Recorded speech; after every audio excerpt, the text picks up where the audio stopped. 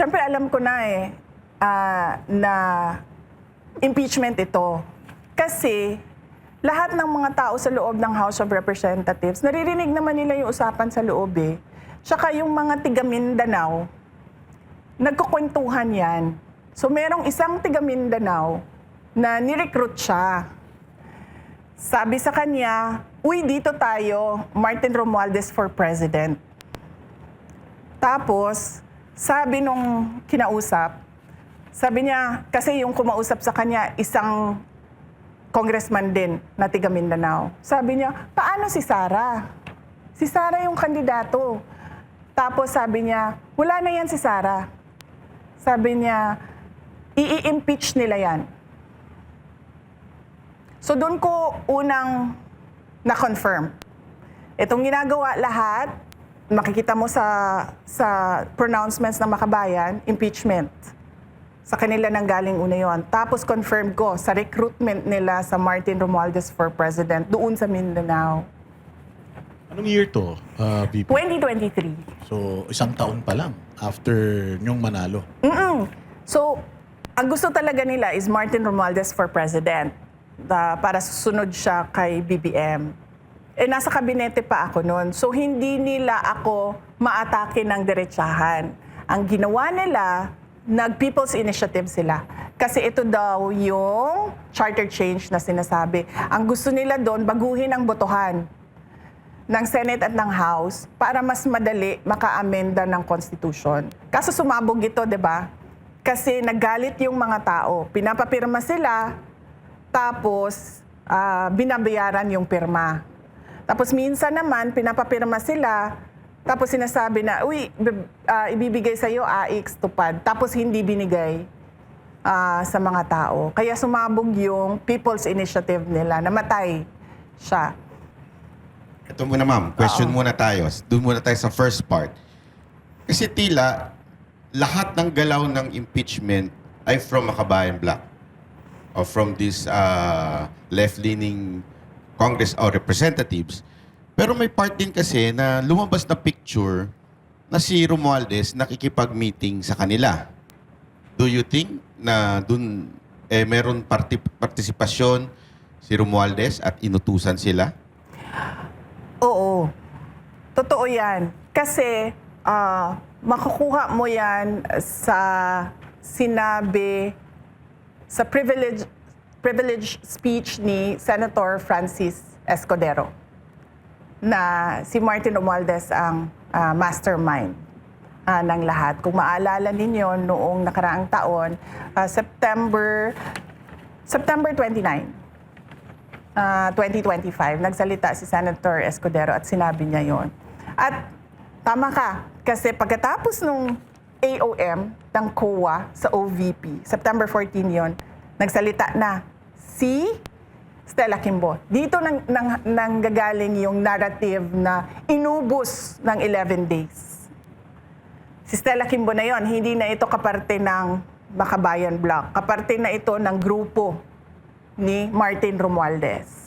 Ayan na yung let's stick to the plan. Yan na yun.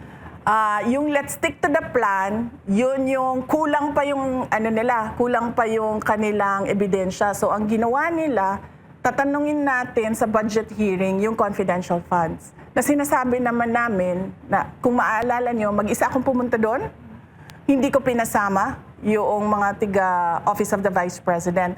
Kasi may nagsabi na sa akin galing sa House of Representatives. Sabi niya, mapapahiya yung opisina ninyo. Sabi ko, okay, sige. Sabi ko sa mga kasamahan ko sa OVP, sabi ko, papahiyain tayo So sabi ko, wag na kayong pumunta. Kasi mga ordinaryong empleyado ito, hindi naman itong mga politiko, wala silang power at all. Tapos aatakihin sila, syempre, ng publiko, di ba? Kahit hindi totoo yung mga akusasyon. So sinasabi ko doon sa budget hearing, wala kaming request ng confidential funds. Pero bakit kayo nagtatanong tungkol sa confidential funds? Dalawang tanong lang doon ang hindi confidential funds. Lahat yun, puro confidential funds, na wala naman sa budget proposal ang confidential funds.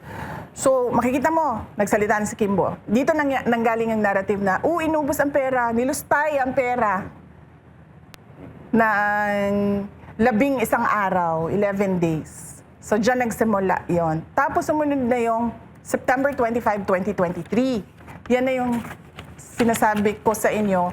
May kinalaman si Martin Romualdez dahil yung Makabayan Block nakipag-meeting sa kanya, sa opisina niya. Nag-meeting kami, sila naman yung nagsabi publicly. Nag-meeting kami patungkol sa confidential funds. So dun na semento yung partnership, kumbaga, ni Martin Romualdez at nung Makabayan Block. Na kung makikita ninyo, pagkatapos ng September 25, lumabas October 3, 2023, ang pangalawang AOM ng Commission on Audit. Kasi paniwala ko, yung unang AOM, nakita ng Commission on Audit, wala tayong makukuhang ebidensya dito. Dadagdagan natin yung AOM. Gagawin nating papahirapan natin sila na mag-comply ng documents. Bigay tayo ng isa pang AOM para may makuha tayong ebidensya. Ma'am, pwede natin explain ko ano yung AOM sa mga hindi Okay. nakakaalam po Yes. ng AOM. Opo. Ang AOM ay ito yung Audit Observation Memorandum na kung nakikita nyo sa Office of the Vice President, lahat ng AOM namin, nasasagot namin. Kaya namin nakukuha yung Unmodified. unmodified opinion. Kasi wala naman kasi talaga kaming ginawang katiwalian. Nagtrabaho lang kami ng maayos sa Office of the Vice President. So ito yung binibigay nila ng Commission on Audit kapag meron silang mga tanong sa budget ng loob ng isang opisina. Tapos ikaw naman na doon sa OVP, sasagot ka. O ito yon, yung tanong mo, ito yung sagot niyan. Ito yung sagot. Pero makikita nyo dito, nasagot namin lahat. Meron kaming notice of dismissal sa timeline. Makikita nyo rin kung kailan lumabas yung notice of dismissal. So nag-meeting sila, Martin Romualdez, Makabayan. 8 days after, lumabas ang pangalawang AOM. Noong, siyempre alam ko na na impeachment ito.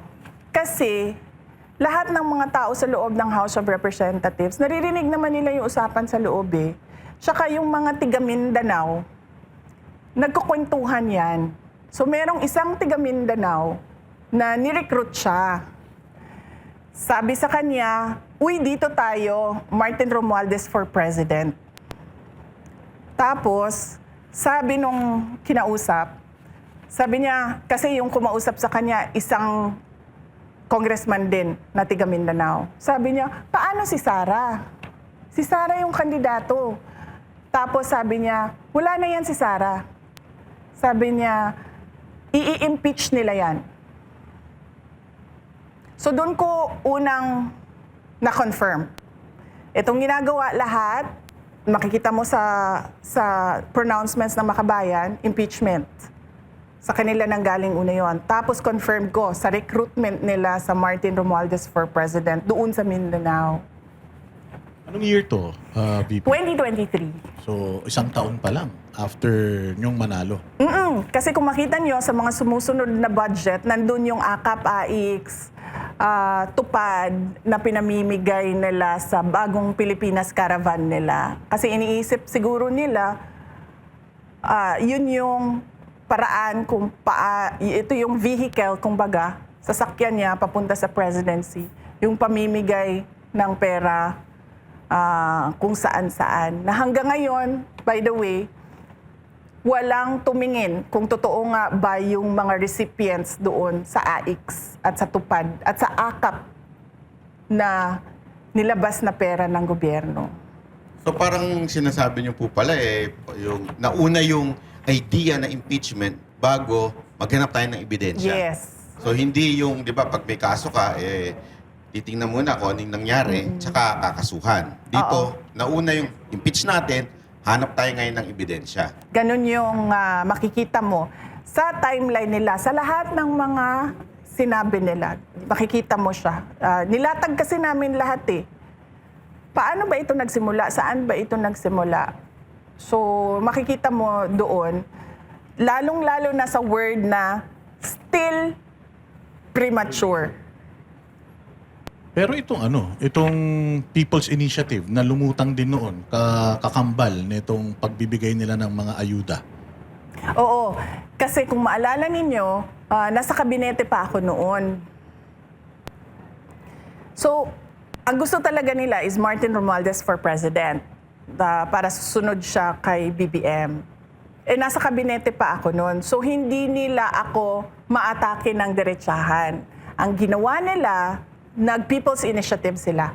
Kasi ito daw yung charter change na sinasabi. Ang gusto nila doon, baguhin ang botohan ng Senate at ng House para mas madali maka-amenda ng Constitution. Kaso sumabog ito, di ba? Kasi nagalit yung mga tao. Pinapapirma sila, tapos binabayaran yung pirma. Tapos minsan naman, pinapapirma sila, tapos sinasabi na, uy, ibibigay sa'yo AX tupad. Tapos hindi binigay sa mga tao. Kaya sumabog yung People's Initiative nila, namatay siya.